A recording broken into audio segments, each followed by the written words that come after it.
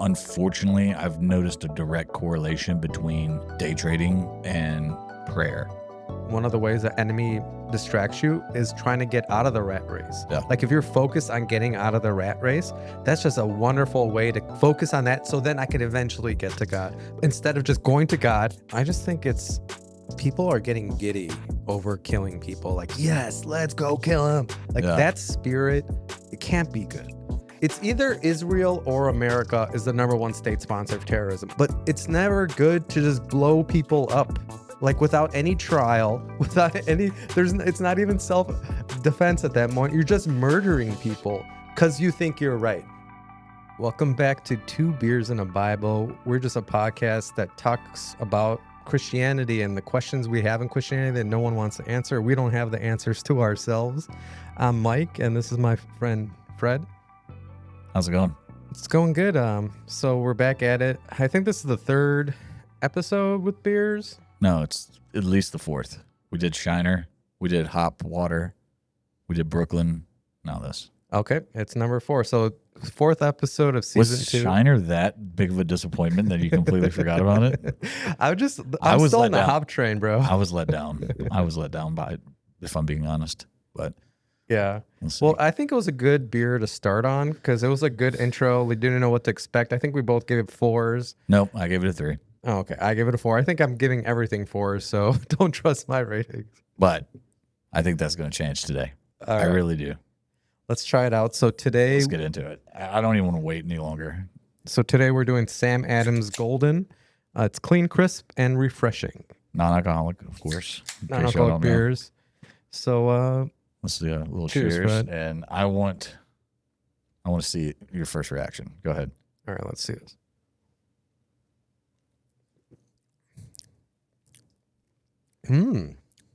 No, that's crisp, man. And I like the golden nature of it. It's like elevated high, like it tastes good. It's the most beer tasting one that we've had, hands down. Yeah, it tastes like a Hefeweizen almost, you know? That's a good, yeah. Actually, I see that now. Yeah. This is so good. Like, it's so good. I feel like I'm drinking a beer.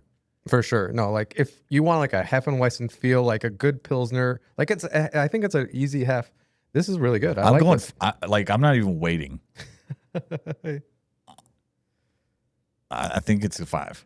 What? I think it's a 5. Yeah, I think this is worth having its own beer fridge in the garage. Just stocked with with Goldens. Sam Adams. Yeah, like this, for me, I don't really need anything else.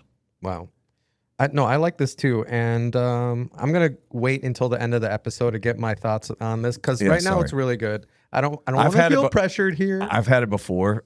Fair warning. Like, I'm the one that, tried this at the house and I was like, hey, this is the next one that we need to do. So I kind of knew what to expect, but I've had my mind made up that I was going 5 with this one for a while now. I like it. I've always liked Sam Adams. I do love Sam Adams. And this golden is definitely in the running because it feels like a German beer. Like, I like it so far, and I'll save my rating till end. But right now, I like the Sam Adams Golden. This is good. Good recommendation. Would you say it's the best one we've had so far? I don't know. That hoppy water is still good. That's not a beer, though. That's not a beer. That's kind of like, that's almost teetering on White Claw territory. That's like a seltzer. This is the best beer for sure. Yeah, that's what I'm saying. That's not even a question. Do you feel like this does the best job of not tasting like a non-alcoholic beer? Because like a lot of them, I can kind of taste somehow, some way that, this is a non-alcoholic. This tastes like beer for the most part. I know. I think so too. I want to kind of see what the color looks like in the glass. Because if someone gave me this in like a nice pint glass or something, I would be like, "Oh, this is a good beer." I'm about to get drunk. Well, there's a funny story. I went to the Euro Cup like 10 years ago, and they don't serve alcoholic beers there, but it's still $12 beers. But no one told us that it's non-alcoholic. So we went to like 3 matches. It wasn't until the 3rd one, buying like 6 beers at each match. We thought we were getting wasted. Were y'all feeling good? And we're like, by the end, we're like, we're bloated. We don't feel really too drunk. What's going on? And they're like, you're just been big overpriced for non-alcoholic beers. We're like, what the heck? We probably spent hundreds of dollars on these beers. Yeah. But this, I would gladly pay overpriced prices for this. No, this is good. This is a real good substitute. I'm excited for it. You know what also is weird? I just bought this at HEB and like I only bought the only thing in my cart was non-alcoholic beers. And What's the hat? oh, it's It's got a crawfish on it. it's something drinking Southern Drinking Club. What? Where'd What? you get that? Pins and Tails? Do you know about do you No, know this thing? but I noticed the crawfish, and being from Louisiana, like that's a big deal to me. That's a nice hat. Oh, thank you. No, I figured this is a perfect opportunity to wear the hat for the first time. I got it for Christmas. Julie got it because in the Heights, it's like a drinking club they have down Ah. there. They do crawfish, they do beers and stuff like that.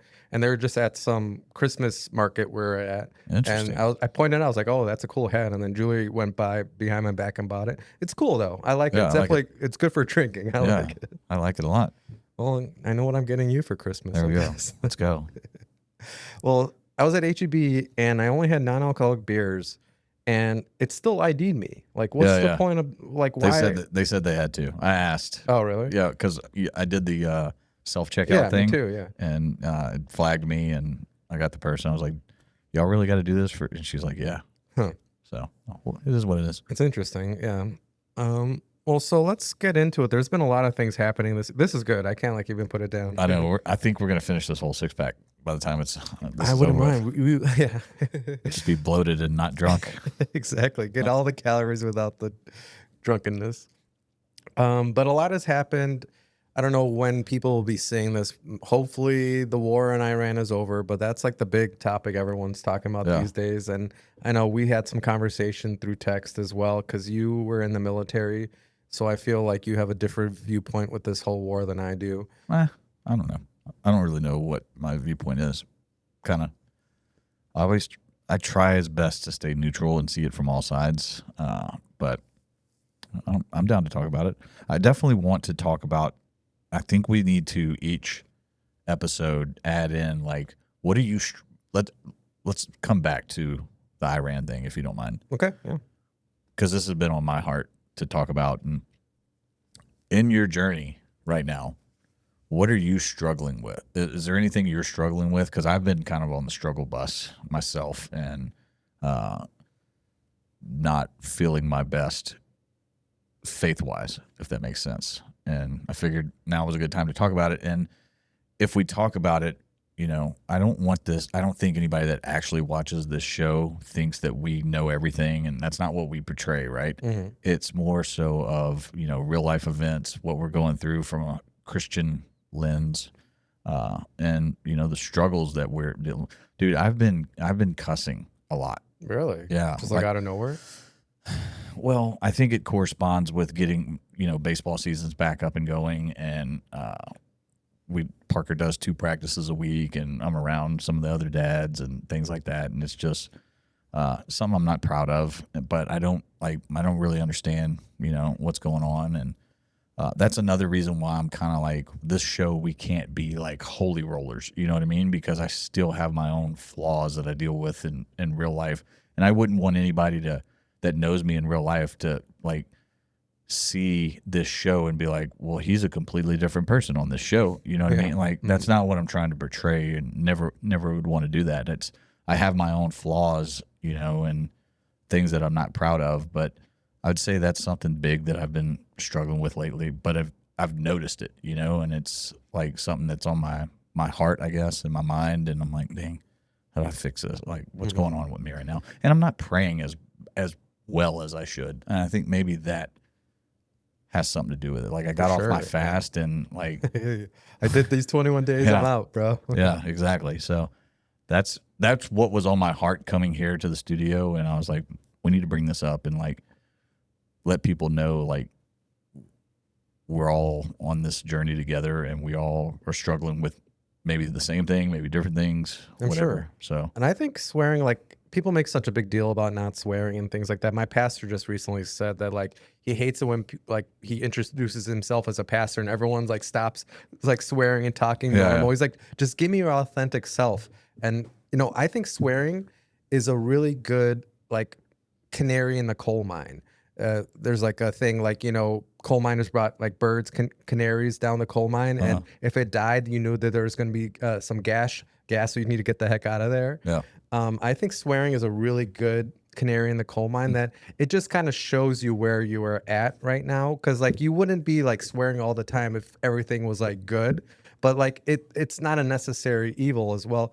Because I swear sometimes too. On this podcast once, I think I dropped the F bomb. Like I don't know where it comes from, but it comes from being honest, Frustration. frustrated, but it comes from like you're not centered correctly. Yeah. Something is happening in your life where you've got an off kilter. Like I wasn't praying as much. I'm not praying as much right now too. And I noticed that I had to go on this bike ride. I'm doing all this stuff with AI. We'll get into that later. You are too. And I just like have no time now between the podcast, AI, all my responsibilities at home. Like praying is my last thing. Even Yeah, when it's I like so far on the totem pole now, which I know it shouldn't be. It's got to be the first thing, exactly. right? But I'm also my prayer life and the rhythm I find myself in with God. Unfortunately, I've noticed a direct correlation between day trading and prayer. So when I'm getting up at 5, first thing I do is pray, and then I'm sitting down at 6 doing my day trading stuff, right? When that doesn't happen, my prayer life struggles or drops off the deep end. It becomes almost non-existent, right? Because now everybody else is up. Like I have a special spot in the house where I like to go pray, right? Now when everybody else is up in the house, like that spot's not available, and like it just throws everything off. So that's why getting up early before everybody else is up is kind of the my deal. But that comes with sacrifices that I don't necessarily want to make. Like I got to go to bed at like 9 o'clock, so I'm not completely worthless, the next morning. And I'm going to bed by myself and all this other stuff. Like sometimes I just want to stay up and watch TV, and relax for the rest of the day. Yeah. And stay up late. But I've noticed that connection, right? And that's a problem. And now it's like, all right, I got to go sneak off in the closet and shut the door and, that type of thing. I'm in a men's study group now every Monday. Another thing I'm just adding on to my schedule, but it's early in the morning. But we're going through this book about how to be a good disciple. And I think it's fascinating actually, because it's all about like finding a place in your home or anywhere you Yeah. go that is just has nothing. You don't bring your cell phone in there. You don't bring anything. It's devoid of any kind of distractions.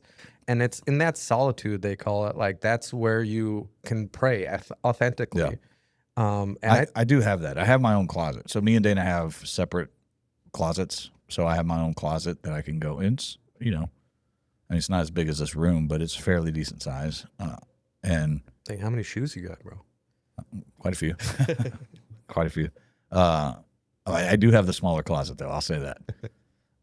But I can go in there. I usually leave my cell phone in the bathroom or something like that. But yeah, I have that space. It's just it's different. I don't enjoy it as much as the space I like. I prefer, that's out in the open and it's just me.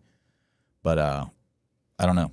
I'm definitely struggling in that sense. And I think because I'm struggling in that sense, then when I get around other humans, dads who are all shooting, the whatever, the cuss words come out and all this type of stuff, you know. And I don't want to ever like try to fit it. Like that's not my thing, I want to be me, and I want to be a follower of the Lord, and I want to make him happy, not say cuss words to make other people laugh or fit in or anything like that. That's kind of ridiculous to say at 40 something years old, but I just find myself slipping into that, and I don't know how to fix it. And I'm totally with you on that, because like when people come into this podcast and they're rappers and stuff, they're just dropping F bombs, A bombs, every kind of bomb, and I'm like I that's where Do you I have swear. rappers coming here? Rapper, yeah, we had a famous TikTok rapper that has tens of millions of views. They had a famous Really? dance during COVID. Like any Gen Zer knows this song. I don't want to name drop him or anything, but You tell me afterwards. he pulled up in a Lambo and What? everything. Yeah. Nice. But anyway, they are like, Is he from here? he's from Katy. He has a house in Katy, but he lives most of the time in California somewhere, LA. He's got a house out there. All right, tell me when we get done. Yeah, I don't know if you'll know. It's like a Gen Z rapper these days, so he's only like on TikTok. He has like a record album too, but I'll tell you, Shabuzi. not Shibusi. That would be cool though. Dax. You're not gonna guess him. Like, Okay. I mean, Parker might know him or something. Like the kids know him these days. We don't. I kind of heard the song in COVID. Like when he's like, "Oh, I had this COVID song." I like put it on. I was like, "Oh, remember people dancing to that beat." What? That's the only kind of memory I had to him. But what I was trying to say is that people come here like wrestlers, rappers, and stuff like that. When they start like swearing, that's when I actually Fall it just into the comes trap, out of almost. it. Like I don't want to do it, but it just kind of comes out because I want to be cool with the people Yeah, that are that's what there. I'm You saying. know? That's exactly what I'm saying. Like you around the guys, you're doing your thing, and like it's so frustrating because I tell my kids like, don't be a part of the band, right? Like be your own self. If somebody's doing this, that we've heard our parents say, if your buddy jumps off the bridge, you're gonna jump off the bridge too. Like Yeah. no, like. It's But easier said than dude, done. and especially when you get so detached from God, like it makes it even harder. What helps me is though, like when I've been trying to do it recently, is like every single person I meet in my life, I want to bring them closer to God. So I want to be that example to them. And I'm like, hey, why didn't this guy swear? Why did he use darn instead of, Yeah. damn or whatever? Why didn't he like do these things? Then you become example like, whoa, that guy has this fruitful life. He must be doing something right. Yeah. Because I think that's the best impact you can have with people. What are your thoughts on the word frick? Because I say that a lot. I think it's fine. Frick. I say I it a used to lot. say frack a lot because it's from Battlestar Galactica. I don't know. I'll say that. I'll say mother fricker, like Yeah. things like that. Mother Like, pucker. yeah, I switch it up, but So he turned around. my middle child Braxton's in here today with me. Shout out to Braxton. What's up? He's off camera. Don't Thumbs worry up. about He it. doesn't want to be on camera and he doesn't want to talk. He's completely different from Parker. But anyways, yeah, so like substitute words and things like that, but still hearing a 40-year-old dude say frick and everything, that's kind of like I know, but it's an example of like this like guy. Dana laughs when I say it. Like she gets a kick out of it because she just thinks it's funny. Like one time she was like, "Why don't you just say what you really want to say?" And I'm like, "Because I'm not trying to say it. Like I don't want to say it." But it does work though, because like I've never told Julie, at least I don't think, ever not to swear, and she used to swear quite a bit, and I don't think she swears at all anymore, just because like I don't know why, it just kind of translates into it, because like she notices like I hold myself back. I don't think I've really sweared like maybe once in front of her or something. Really? I mean. But that's the thing about swearing too. It's like it's not a big deal. Like it's just a symptom of what's happening in your soul and consciousness. I know that it's bothering me because I can go a day, a week, whatever, without swearing, and then Dana will swear, and I'll be like, I want to say something, but I don't. I'm not trying to be a hall monitor or anything, but so I know it's in my heart. It's just the execution I fail at when I get around other people. And it doesn't even have to be. It could be in the car, right, by myself. So it's not. I'm too far away from God, and maybe that's my sign. that that was one of the reasons I wanted to quit drinking so much, was because it was making me talk in ways that I wouldn't want to talk around. So Yeah, but I mean, the thing about drinking, it's like drinking. A sober man's thoughts are a drunk man's words, or whatever that saying it is, and there's truth to that. Like that's just what you're authentically thinking at the end of the day, and drinking just kind of brings it out. Yeah. I think that's one of the good things about drinking, is that truth comes out, and then it actually gets in the open. I'm sure it's ruined many of marriages, many of friendships, but at the end of the day, at least the truth was spoken. Like that's one of the, I think, the good things about alcohol. I don't know. Hurtful truth. Yeah. Maybe, But it's interesting. So that book I'm reading about discipleship, it has different chapters about every kind of discipleship. One's about prayer, one's about study, like solitude. But the prayer and studying was interesting because there's like 8 different ways to pray that I never really like considered, interesting. and like 8 different ways to like study, and they're all kind of correlated. And you everyone thinks about praying is just going right to the Bible, reading some scripture. That's how you pray. But there's so many other ways you can do it, and there's so many more. I maybe just try to have a authentic ways. conversation with God. Like that's, trying to just what's on my mind. What give a lot of thanks. I try to give a lot of thanks, and just have conversations with him. Not, Yeah. I think that's one other way to pray. There's another one just to like focus on the moment and like just look at God's creation and just give it respect. Like look at the ants on the ground. When you were talking about the Remember? Yeah. butterflies flying around, that's a really good way to pray because then the magic of reality, the magic what of his he's created. creation Yeah. just comes out and you can't deny it. And it's a powerful way. Like everyone expects when you pray, you're supposed to get this big answer right away. God's giving you all these like answers and then you're going there to get the answers.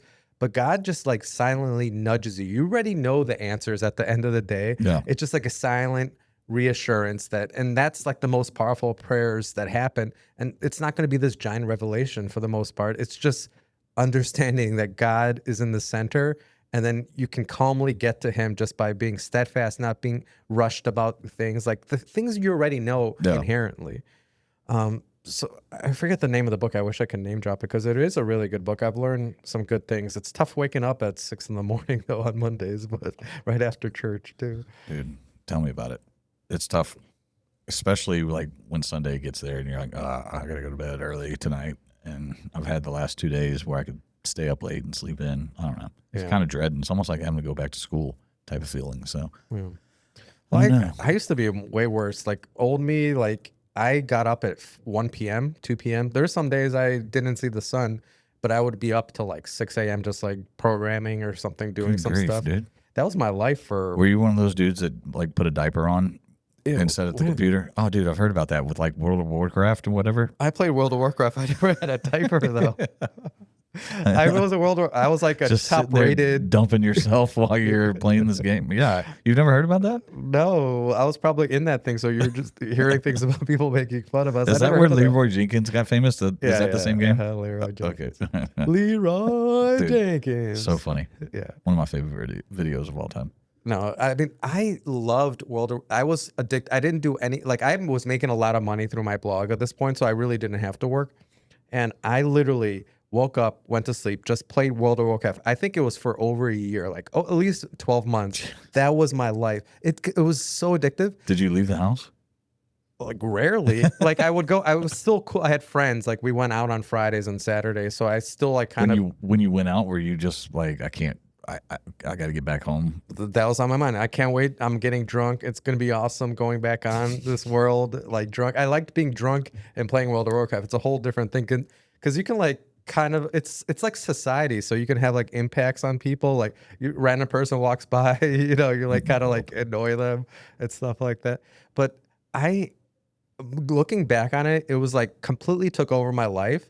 But also looking back at it, it was like some of the fondest memories I have, like real companionship. Like I met people I've never even met in my entire life. And like we went through battles together through Azeroth, through different things. We like defeated the biggest things. And like it's still instills some kind of sense of accomplishment to me. I mean, I know what I know what you're saying because I'm still on that sports forum I told you about. And like people post on there and you kind of build friendships without even, I don't even know their names because it's like some made up user handle or whatever. Let's go Tiger 84. Yeah. So, but yeah, I know what you're talking about. And you create a bond with people and it's actually kind of refreshing because you don't really have to know their problems and everything. Like you could just sit there and talk about whatever it is that you're interested in, and all of life's problems don't matter at that point, right? Like if it's World of Warcraft, everything else going on in the outside world doesn't matter, right? It's just a bond that you're building with these people, and it's the same with the sports thing. Yeah, but that's the scary part of it because it completely takes over your world. You don't think about anything else, and like you're escaping reality, but that's not real world. That's not what we're on this earth for. I wasn't on earth to be one of the top rated, hunters in all of Azeroth. I was here meant to bring the kingdom of God a little bit closer. And I completely got off the path. It's no surprise that when that whole arc kind of ended in my life, that's when I started getting closer to Jesus. It's like, that's what pulled me out of that death. Because you keep searching in those games or any game that you're on for like the next accomplishment. Oh, you defeated that one boss. You want to defeat even the better boss. Like it's impossible to do the best of the best, but you keep grinding, chasing that dragon. Isn't that kind of similar to like how society's conditioned us to live? Exactly. But just in a microcosm. And like next promotion, next raise, next house, next car. You're always Exactly, chasing, yeah. and we're not really chasing what God put us here for. Yeah, and that's why those games have to be from the enemy, because like it's such a microcosm of that. You're only focused on this one thing that doesn't matter at the end of the day. Let's say the everything, like all the earth just goes away. Like none of that meant anything. Like, but at the end of the day, like your soul is everlasting, and Yeah. it can have it's such an impact from generations to generations. I want to talk about maybe generational like curses and generational impacts, because a lot of people don't think about that, like how we are existing on this earth right now, all thanks to hundreds of our ancestors that fought some battle, that did the right thing. It took such an amazing things of coincidences or God's will Yeah. to make us exist in this moment. We are thankfully here because of all of our ancestors did exactly the right thing at exactly the right moment, and we're just taking it for granted. Like in all these people throughout history, their genes are still in us, their memories are still in us, and we're just kind of, oh, let's play the next World of Warcraft with all this Yeah. kind of all this blood and sweat and tears they put into it, and we're just wasting it away. If you think about it. Are you laughing at my World of Warcraft? No, I'm laughing at the thought of like dudes fighting to Pooping. the death in the Civil War, and we're just sitting here wearing diapers, playing World of Warcraft, getting drunk. And they're like, "Yeah, this is what we risked our lives for." They would probably put down their swords. Like, I don't want those to people in my future. Yeah, probably so. No, but but back in the day, they believed in God so much more. They knew that there was this other thing, and we're just so drifted away as society. We're all about ourselves, and we don't think about all the sacrifices that happened before us, and more importantly, like their spirit and our spirit will be alive in our children. Like their spirit is still alive in us, and we can have an impact for generations Yeah. if we just live a righteous life right now. That's going to have a reverberate for hundreds of years, maybe thousands of years, until maybe future Fred Jr., 1,000 years ago, instead of like being on his couch or something in a spaceship, he's actually colonizing the new like Venus planet or something like that. Yep. So we are here at this moment in time for a really good reason, and we just need to take advantage of it and seek God, and He'll give you the reason for it. Agreed. Yeah. So Kind of went off right there. I know it's the beer, man. It's the golden beer. Is it really? I'm almost done with this. Yeah, already. I'm almost done with mine. Ready to get the second one going. But we didn't get to you like anything you're struggling with particularly. Well, praying, like I said, I really gotta. I mean, this is I think how the enemy gets you off too. Is like I'm doing this men's group now. I'm building this website, GodlyScore, where you can you can rate any show, TV show. I've been using movie. it. You've been using it? Yeah. Yeah. So you can rate I any sent you the company. Marshalls thing. Oh, that's true. Yeah. So you can rate anything you want online, companies, people, and it gives you a score from 0 to 100, 100 being godly, 0 being worldly. And it's awesome, GodlyScore.com. But I've been like just working on it, trying to make it better. It's at a really good spot right now. But that's like how I don't rationalize. I don't have to pray. I'm doing God's work right now. Yeah. I don't really have to focus on praying. I'm just going to focus 100% on this. So it's really getting me off the praying route. So maybe it's not a good thing, or I shouldn't be as like, that's how the enemy takes control of me, is getting my obsessive compulsive disorder. I think that's what it is. I think that's probably for me too, because I can't stop. I remember when I was working on something, maybe yesterday, like I texted Dana because I had to leave to go bring somebody somewhere. And I was like, I literally can't enjoy life right now because I'm just so hyper focused on what we're building. You know what I mean? Like, Yeah. I can't think about anything else right now. And then That's same with me. Yeah. that's a real struggle. So that's what I'm dealing with, on top of the cursing and the lack of prayer, and I'm just not being a very good Christian right now, I guess. Yeah, and then I'm struggling in different ways. Like we always go through these valleys, I think, and I'm definitely in a valley of like Might need another fast. Maybe. Might be the jump start we need. Yeah, so I have it on my calendar to take a fast. I'm doing like twice a year fast, so I'm gonna just do the full 21 days, whatever. I think it's in June the next one I'm doing. What about a no eating fast? Would you ever do that? Just no, yeah, I would try. There's a guy in my study group who for the 21 days did no eating. 21 days. I was thinking like 7. Yeah, it's crazy. Oh my gosh. And he hated it, and nothing happened out of it. And I was like, there's this Daniel fast that really worked for me. Maybe it worked for you. It's like, no, I just want to do this, but like, you don't get anything out of it. So like, maybe it's not a good fruit that comes out of it. Huh. Well, maybe it's different for different people. Yeah, I think some people, cheat on their like no food fast. I don't know how he did, or like, I really like the idea of giving up something because you're like something that means so much to you that I'm going to give this up so I can attempt to get closer to God. Like to me, it's hard to imagine nothing coming from that. yeah. I don't know. It's just me. Well, like you said, you also have to pray succinctly when you're fasting too. Otherwise, you're just starving. But yeah, I think a lot of people just do it to do it. Like a lot of people just go to church, not to get closer to God. A lot of people just pray, read the Bible, just to read the Bible, to learn more about it.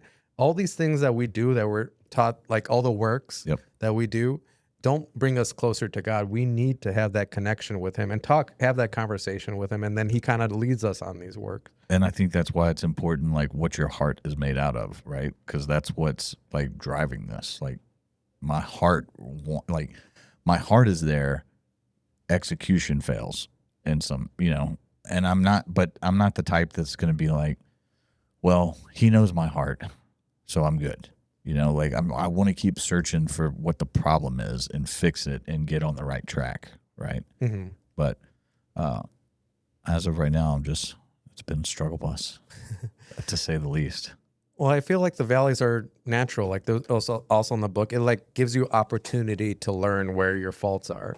So like the fact that I'll definitely have another. The fact that you're reflecting on where your shortcomings are is a good sign, because then in the future you'll find like where you got to get better. Because we're all just a work in progress at this moment. And I think like the whole trading arc that I went into my life, I think that taught me so many invaluable lessons. This AI arc I'm in right now, I'm sure it's gonna teach me a lot of invaluable lessons, but it's so like crazy what AI is doing right now. I know you're building a really good program. We can talk about it later in this future episode, but the stuff that I'm building too is like incredible, and AI it's working right now for me. Yeah. Like you are still using like the Claude version, but there's something called Open Claude that I've mentioned. I think I mentioned in You have to keep me informed of these things. I need to be. Claude Sonnet is about to make me like punch my computer in the face.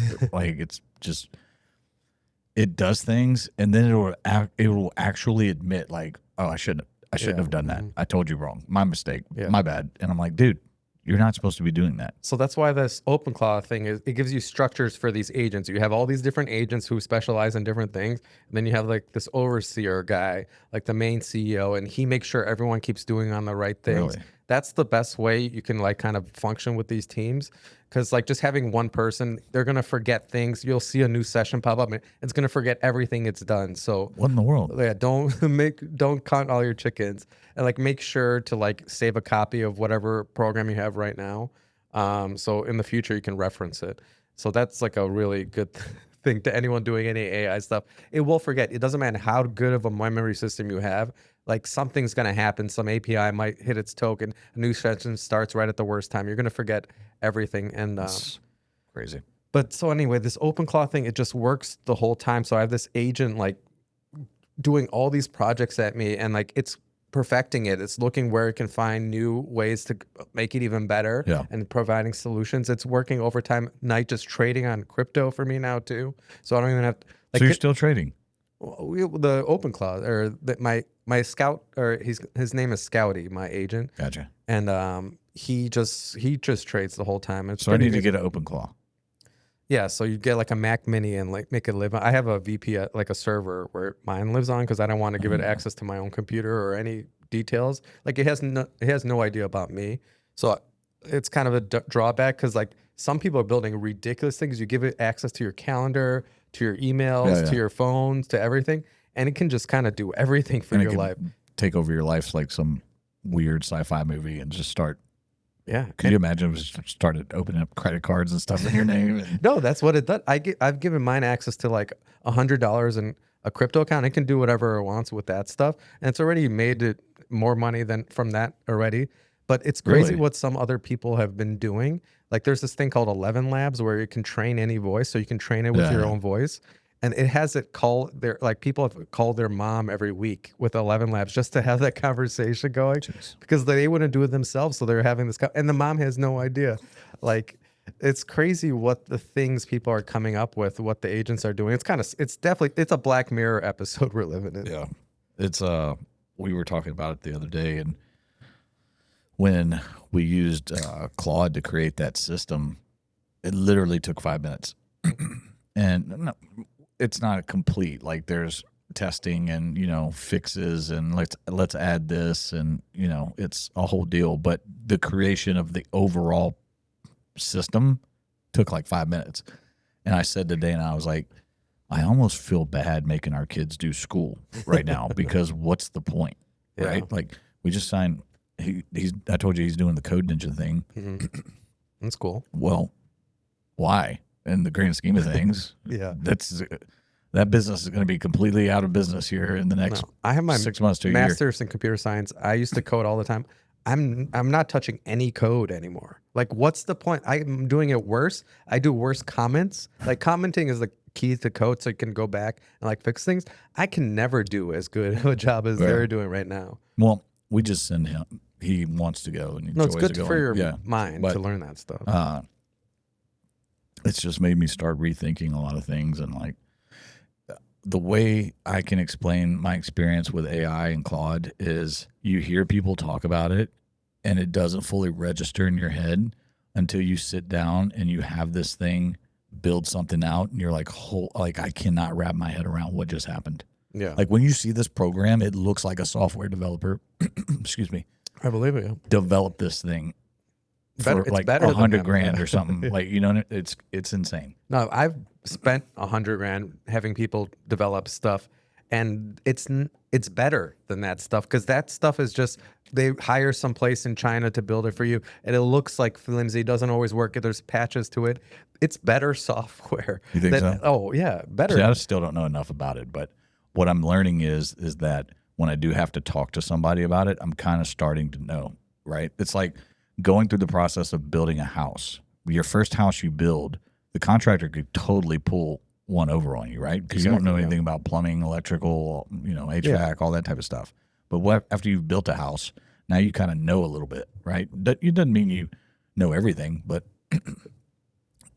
you know a little bit more what to expect, and when somebody's being sketchy or trying to pull one over on you.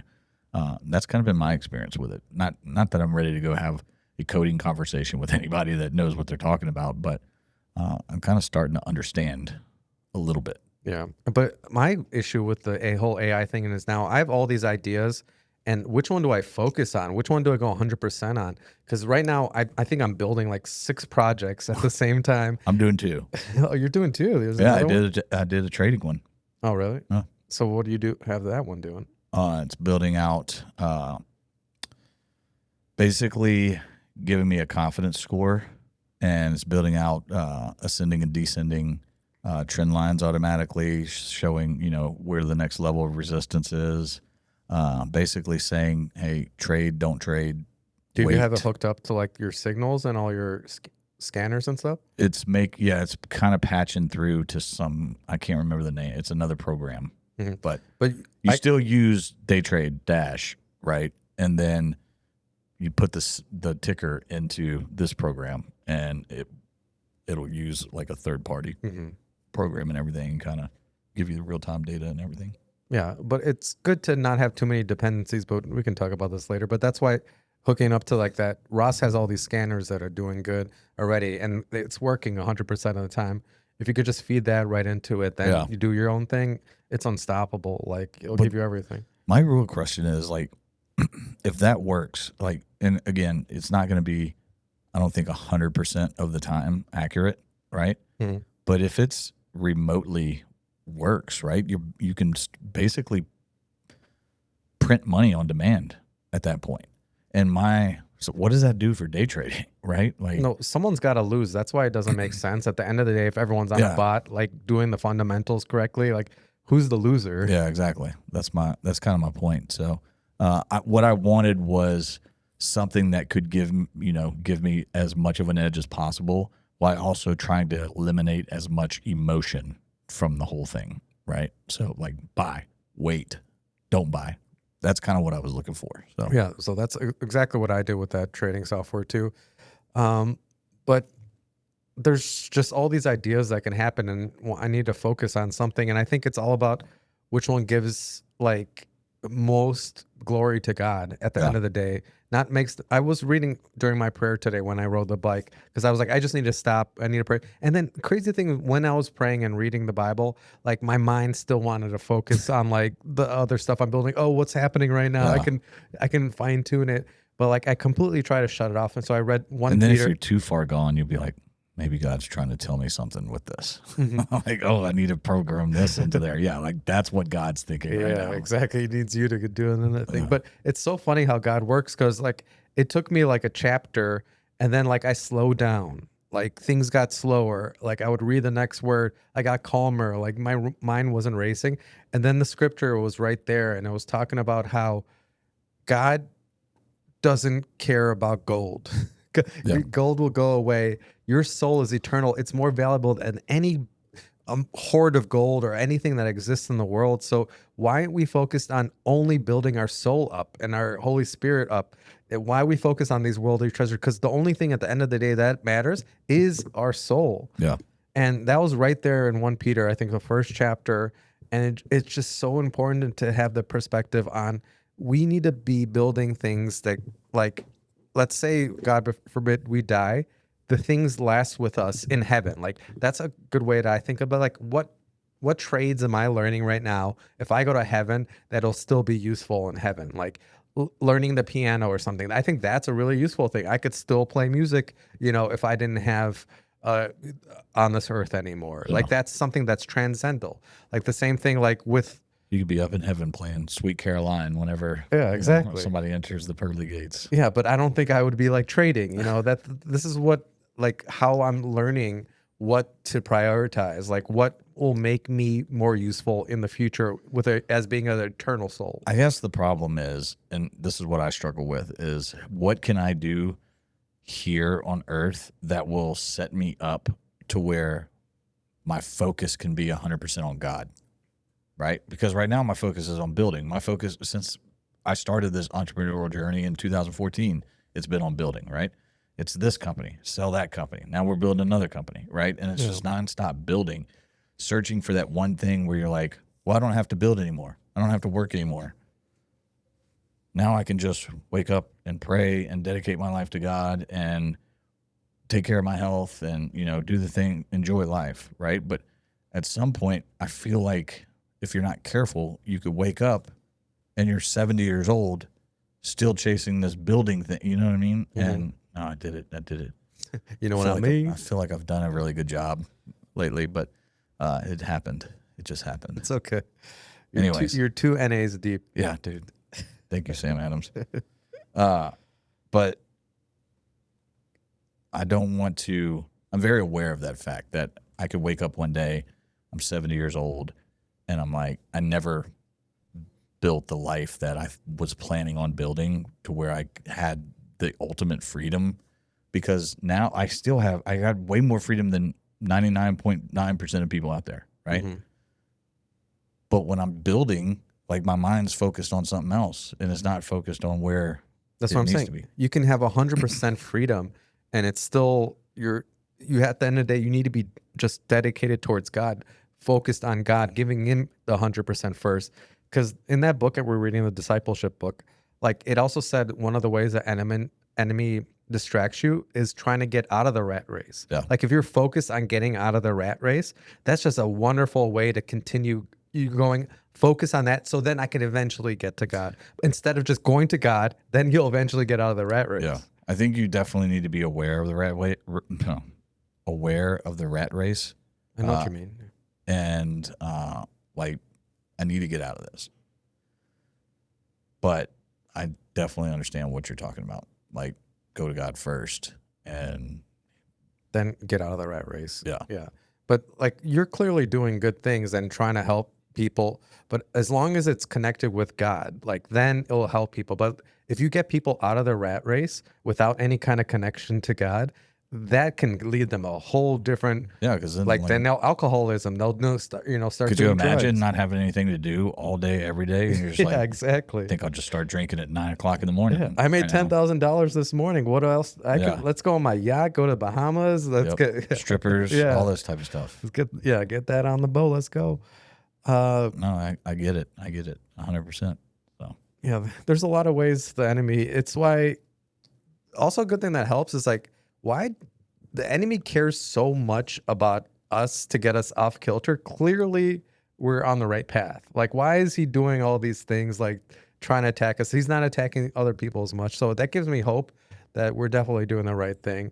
And especially if you ever are in these valleys of like wondering, like, why am I swearing or why am I doing these other things? You're being affected by these spirits that want to get you off the path. You're doing something right that wants to get you off the path. that's a good way to look at it. And I know I'm doing something like Parker the other day, it was just literally a day or two ago. He was watching Dana and I work. He's 11 years old, not even 12 years old yet. And he says, I feel like when y'all went through troubles and y'all struggled, but y'all remained faithful, like it's all like it's all paid off. Yeah. Like, so my son's able to look at this, and now it's teetering on the edge of like, hey, we didn't stay faithful to get stuff, right? Which is kind of like telling him, why we have faith and things like that. Anti-prosperity gospel stuff, I guess.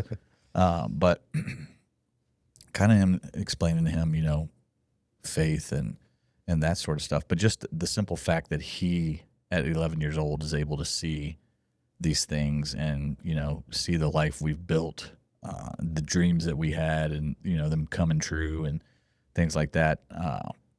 That makes me feel like we're doing something right. We might get skewed off the path here and there, like I'm in now, right? But for the most part, we're on the right track. Yeah, and your example, that's how you teach your kids. Like I was watching something earlier that said like, how am I supposed to get my kids believing as much as I do? And the answer was like kids already when they're born, they are in tune with the inherent truth that like God exists. Like there's something greater than them. It's society that takes them off there. Like they're already asking questions when they're young. Like, oh, how did this start? Like, why is that so beautiful? Oh, these little animals. I love these animals. Like that child spirit already knows about God, knows all the fruits that happen. You just need to encourage it through your example. And there's this one guy in church who just started going, and he told me that the reason he started believing is because his grandma went through this health scare. I think she even died, but through it all, she never gave up hope. Yeah. And she was like kind of happy at the end. And he's like, that was so touching. I couldn't reject it anymore. Yeah. That kind of example you cannot deny.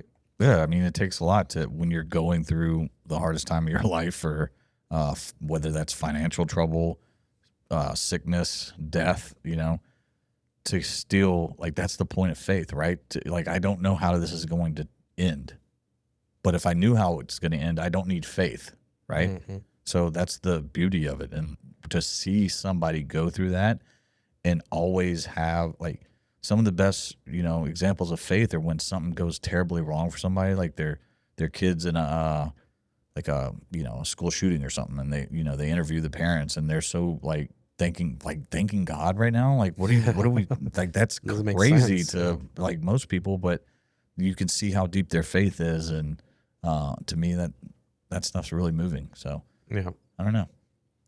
Well, we don't have too much time. That kind of blew by quickly, and but I want to touch on Iran if we can, just because I don't know when this is going to air, but it might. Hopefully, the war will be over by then.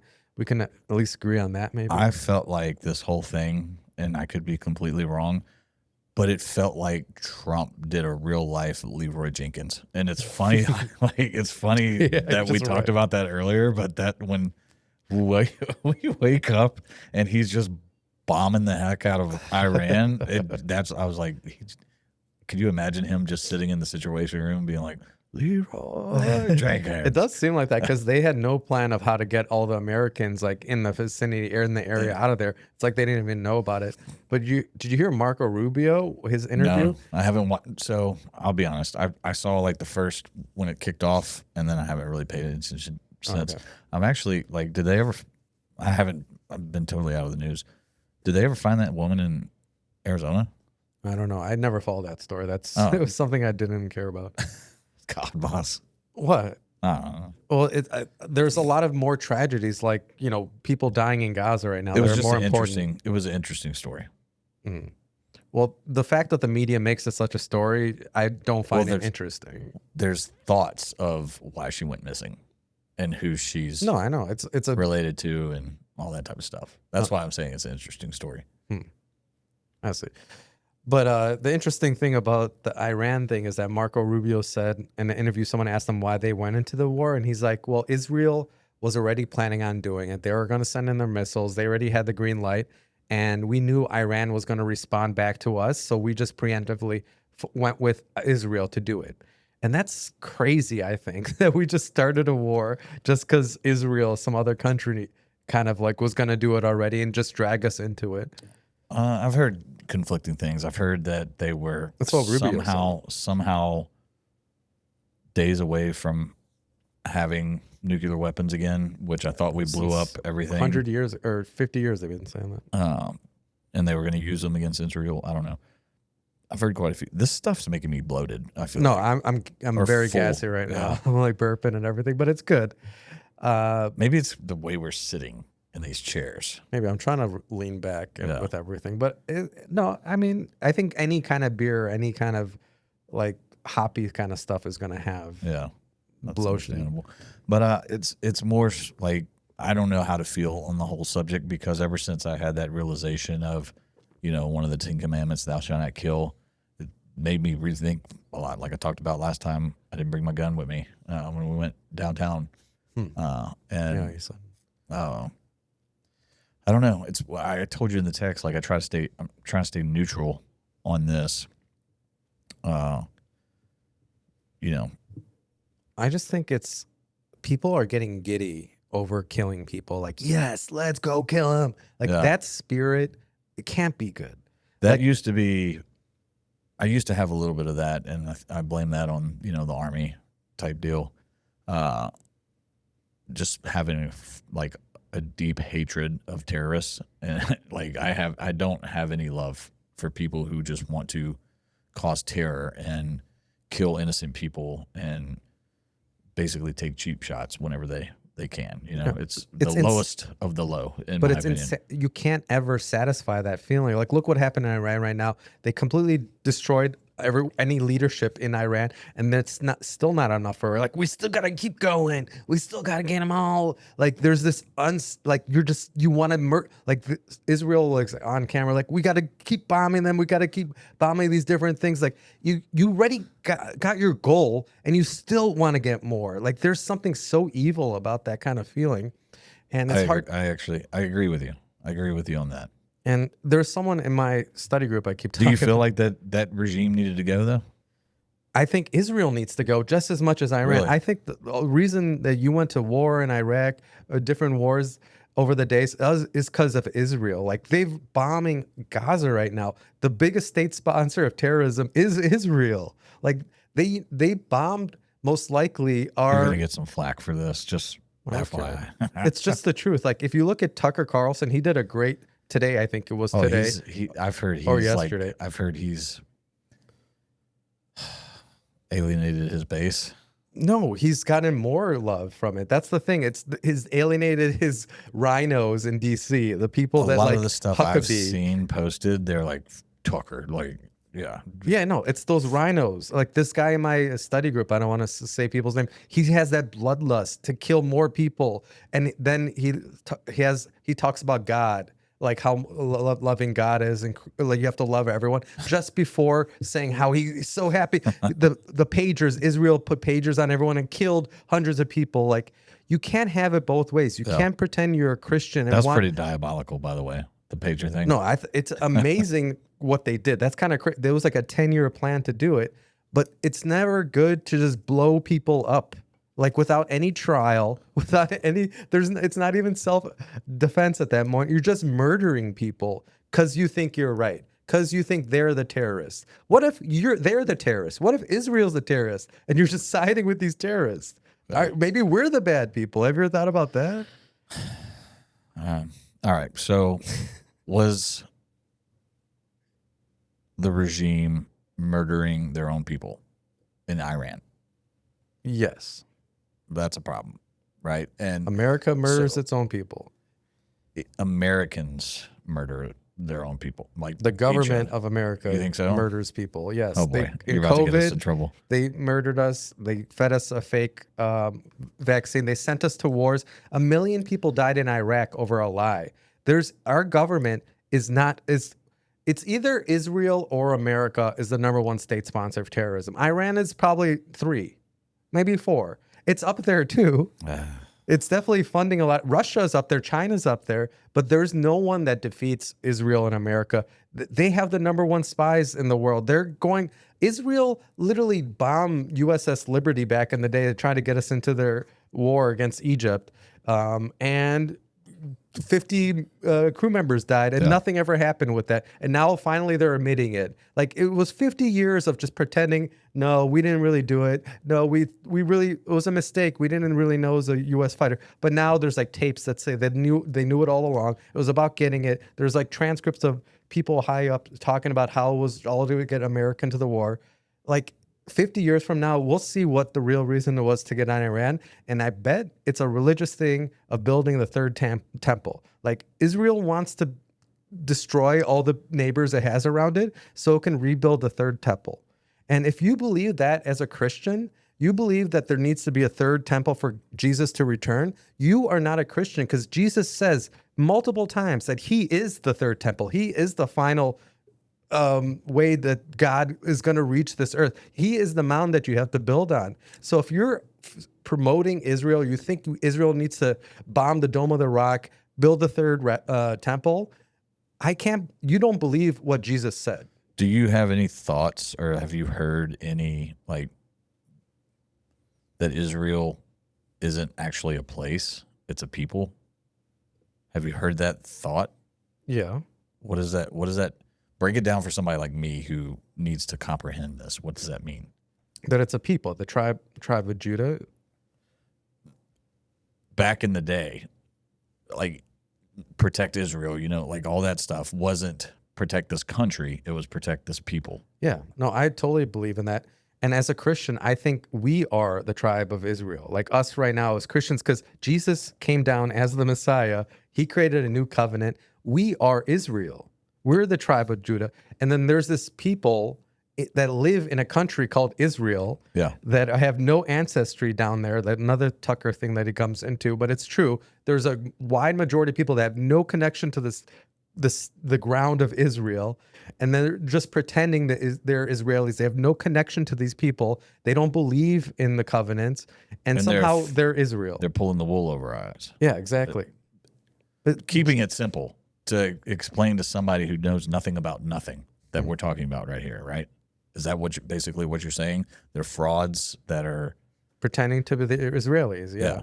Because Jesus talks about it too, and he calls them the synagogue of Satan, like these people that pretend they're righteous people, and they're going to the synagogues, they're doing things, but they're really just of their father that's just trying to deceive people. And that's exactly what's happening right now. It's like, I feel like our viewership in Israel is not going to go too well. We have this guy reaching on in Israel who's a Christian guy. We should maybe have him on the show, but I doubt he'll be on the show after this. Oh, God. But it's just interesting because it's like Antifa. You know that organization? I'm aware. So people are like, how could he be against Antifa? They're just anti-fascists. They're just putting a label. They call themselves anti-fascist. They do the most fascist things. They beat people up if you have a different opinion. They take over towns, so they have their own laws. Like, that's fascism. But they call themselves anti-fascist. It's the same thing with Israel. They call themselves God's chosen people. They call themselves Israel. They say we have all this lineage back in the day. But what if that's not true? Yeah. It's interesting. Yeah. I kind of picked up on between our text messages that Israel wasn't you weren't on their side, to say the least. I'm not, because like if So you think they're just dragging us along with this, and we're just what do you think the other point is, that they were having a nuke, they're state sponsor? It's all the same BS excuses we've done since the Korean War. I don't know. Maybe I'm naive, but I feel like America wants everybody to be free, and this was an opportunity for this regime change, and America was down.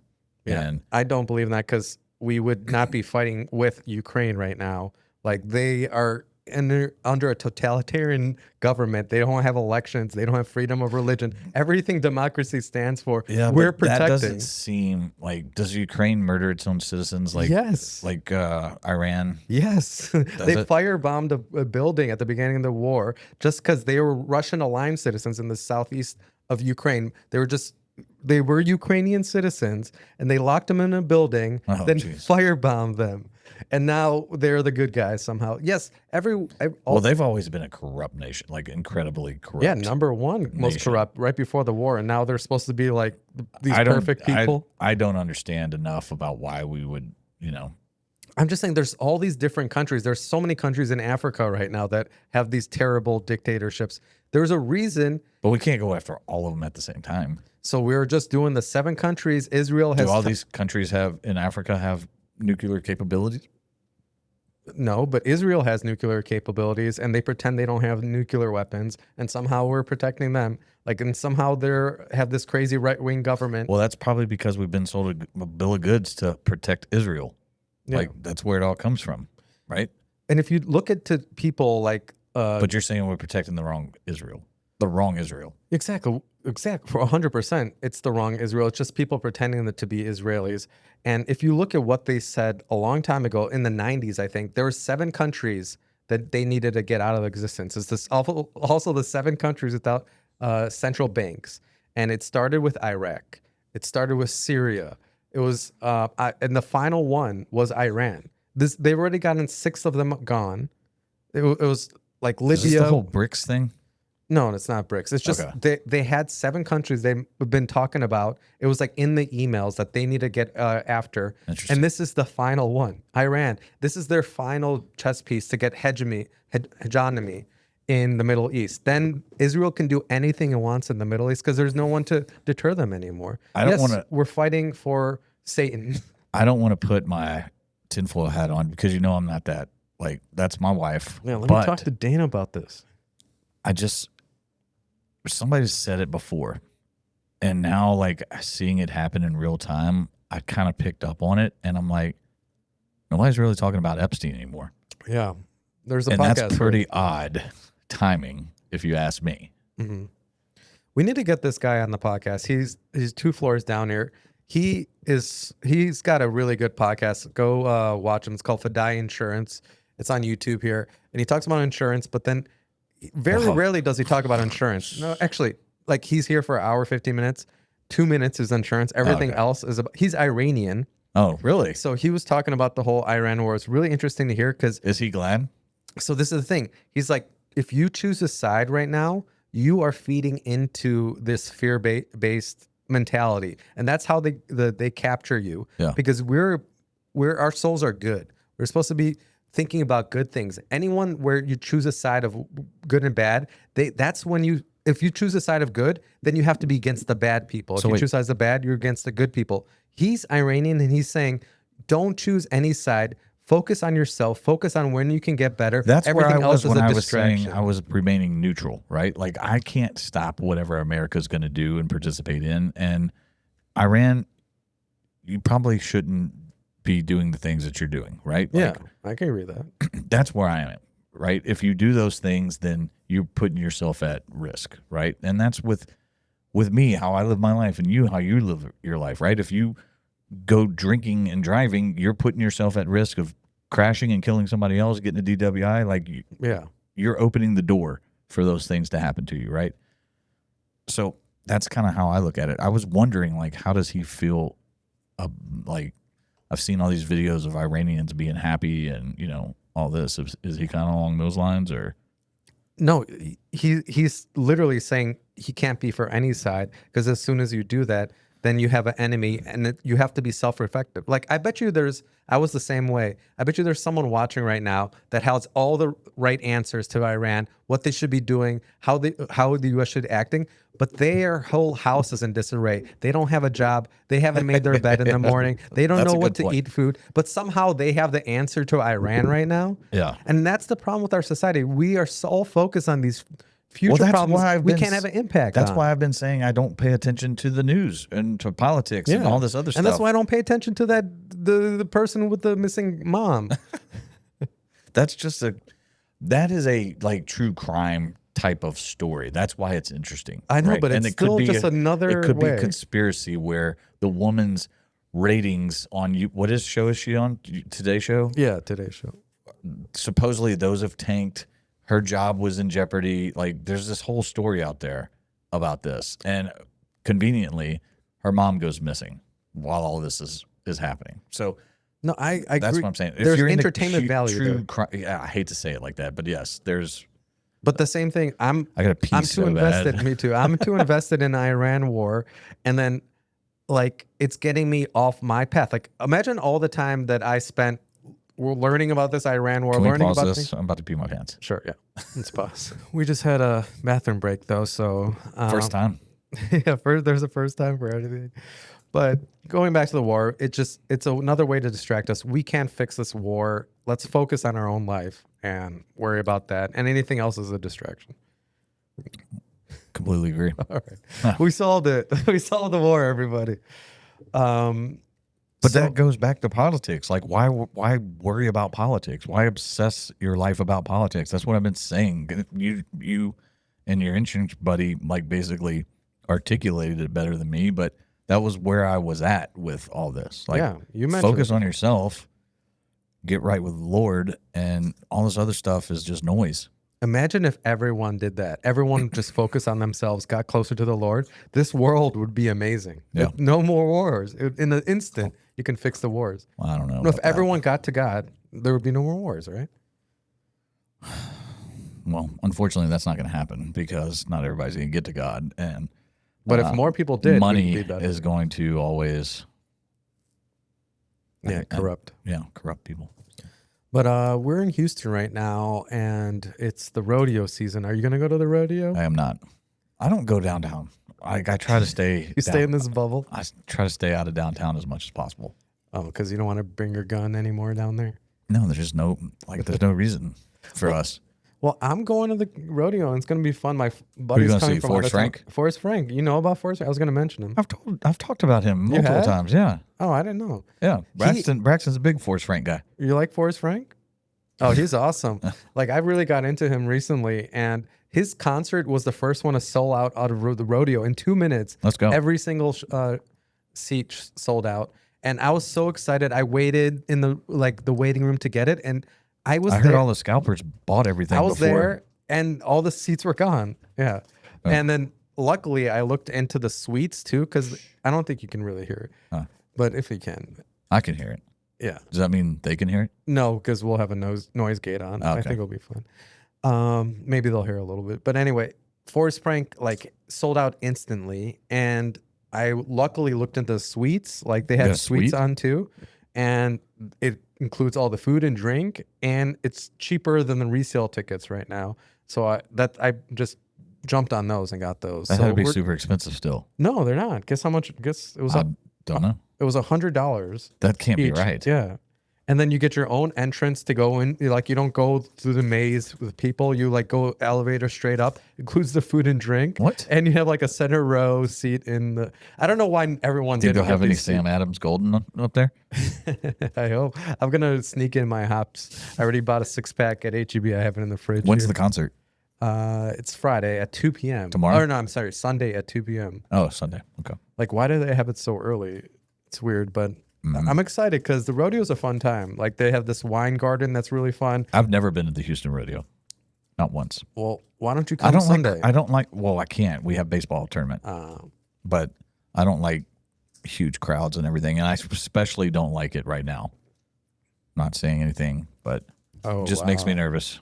So Yeah, anything can happen. That's for sure. But it's my friend flies in. This is his second time at the rodeo here, and the first time he said how it's so weird. He's from Chicago. He's like, it's so weird here because like you feel safety. Like I'm not looking over my shoulder every Yeah, time. but there was just a huge brawl at the Riley Green concert. Was there? I didn't hear. Yeah, oh yeah, dude, it's all over Grizzlies Hood News or whatever. Oh wow. Yeah, Well, Forrest right in the Frank's gonna be stands, better. right in the stands. That's crazy. No, I know. Well, the sweets hopefully are better, but I'm excited for the food, the drink, everything. It should be a good time. Forrest Frank, all of his music's awesome. I can't wait for that, and I'm excited because He's a real one. my wife and my friend, they're both not really believing, and I think it's a good opportunity. They're both going. They're both going, and I think it's a good opportunity to see all So these the guy believers. that's not a believer is flying all the way from Chicago to come down to a Forrest Frank concert. Does he know what Forrest Frank is? I think he looked into it. He probably doesn't know too much about it. I picked the concert. I'm like, let's come down for the rodeo. We'll come to this, and I think it's going to be an amazing opportunity just to see all these believers just being like so loving. And he's got good music. How could you not like it? Yeah, And even I'm my a little wife, jealous. yeah, it's going to be awesome. And even Julie, my wife, she likes his songs. Like they're catchy. Yeah. Like you don't even have to He believe. makes good music. Yeah. So I'm excited for that. Well, we can end it here if you want. Do you want to talk about anything else? Want to talk about the beer? Oh yeah, let's talk about the beers. So I have to give my rating now of Sam Adams Golden, and this beer was good. I'm telling you right now, it tasted just like a Hefeweizen. This beer hit well. I would not be missing anything. I wish there was half scores, but I'm gonna give it a 5. Let's go. Just because, like, how much better can a non-NA beer get than this? I don't How much think it better can. could a regular beer get? You know, like I mean Shinerbach, but it checks all the boxes for me. No, it's good. And I'm a sucker too, because like I told you before, I like Coors Light, but really I love Hefeweizens. Like anytime I see like a nice in those tall glasses, I'm like, I'm gonna get that because it's really good. It literally tastes just like that. Like if Really? someone poured me that in a glass. Do you like it a little bit warmer though? No, Really? I like it cold. Do you like it warmer? No, but I know people that do the Hefeweizen stuff. Oh, really? No, I know people that drink Guinness warm too, and I can never do that. People that drink Guinness, period, or they have problems. So it's one of the worst things ever. Yeah. can't- I don't like Guinness any. But there's a Guinness knockoff called Kilkenny's by the people of I've heard Guinness. that, yeah. It's so good. That's one of my favorite beers. But no, Sam Adams, you do a good job with the Golden. Highly recommend it. A 5 on a scale that's as good as we get. That So is the gold standard. that is the golden standard. Yeah. Really fun. Like if we could, I'll just throw this out there, if we could have a sponsor for any of the things we've tried at this point, like I have to go with like Sam Adams. All right. So Almost you've golden. earned this opportunity to sponsor one episode of our show. Yeah, just send us a case of these things, man, so we can stock up our fridges at home. No, Yeah. it's just you get all the enjoyment out of having a nice cold beer, and it doesn't feel like you're trying to trick yourself. You know, because that's what some of these non-alcoholic beers taste like. It's just like, yeah, like I know that this is not like if you put this blind poured, I don't know if I would know. It's like when your story you were talking about when y'all were pounding. You have no idea. Yeah. You just feel bloated though. Yeah, but like the other ones, like the Shinerbach, definitely, probably the Brooklyn, those joints. Like I would know in the blind taste test. Yeah, the Brooklyn one I would know for sure. Just it doesn't taste like beer very much. I enjoyed It was it. good though. Yeah, I liked it. I drank the rest of them I had at the house. Oh, nice. But this is like I'm at HEB, like I'll grab a sixer and bring home. I like it. I kind of feel like a little drunk. Not Really? not drunk. I feel like happy though. Like I don't know how they do it. It just feels like I've been drinking. Maybe it's all my mind, like the taste and everything like that. I think that's what it is because like I feel fine. But it's just hard to explain. It's really hard to explain. No, I like it. Sam Adams, you do a good thing with Golden. Really appreciate it. So yeah, that's been another episode of Two Beers and a Bible. Please like and subscribe. Follow us on Instagram. We have a big Instagram, TikTok following it. We did a really good on TikTok. One of our videos did really well. We have a recently. big following on Instagram and TikTok. Not a big, but I mean hundreds. We got Oh, 3 figures of let's people. go. Yeah. That's So, that probably feels like a hard market to crack in this type of genre. well, I see some people doing it, but it's mostly females. They just like do one video. They call themselves like Girls Gone Bible or something like that, and they just go viral. Like, um, there's a market for that, I think. Really? But well, I think as long as we like, all it takes is like we had one video, we got like 100 extra subscribers on TikTok from it. I forget what the video was, Really? but it's just those kind of things you just got to keep doing. We'll have 1,000 subscribers by the end of the year, I'm sure. But we make our hay on YouTube. Yeah, Right. YouTube's the big one. Where are we up to on that? Over 13,000, 13.1 or 2, Wow. I think. Yeah. Let's go. Yeah. So thank you all for subscribing and liking. We really appreciate all of y'all. Please let us know if there's any questions, any comments, anything you want to talk about, any good beers that you know about. Please let them know. Yeah, And we'd especially love to try it. if we, even if we have to reach out to the brewery and get them to ship something down here, maybe we can. Yeah, if there's a cool local beer that you know about, they make their own NA, that would be really cool. And actually. I mean, we need to have the talk about alcohol in our society, and like this stuff is, I guess, why I'm so passionate about this particular beers. You can have this in a social setting and feel like you're not missing out on anything, Yeah. right? Like, because it is awkward when everybody's drinking and you're just standing there with a water or something, like, With a little straw. yeah. Yeah. But this, like, you feel like you're part of the, I hate to say like you're part of the crowd or whatever, but if that's one of the hangups that people have with quitting drinking or not drinking, this is a perfect substitute. Yeah. Right? Like you literally feel like you're drinking No, beer. it tastes like Sam Adams. It tastes like a good one. I really do enjoy it. And there's a good thing to be passionate about because we shouldn't be getting drunk all the time and just 100%. you feel terrible the next morning. We're not going to feel bad after that. I'm not going to feel bad at all. I'm going to be able to drive home here in a minute and enjoy the rest of my day. Love to hear that. All right, y'all. Thanks for liking and subscribing. We'll see you next time. Later. Have a good one.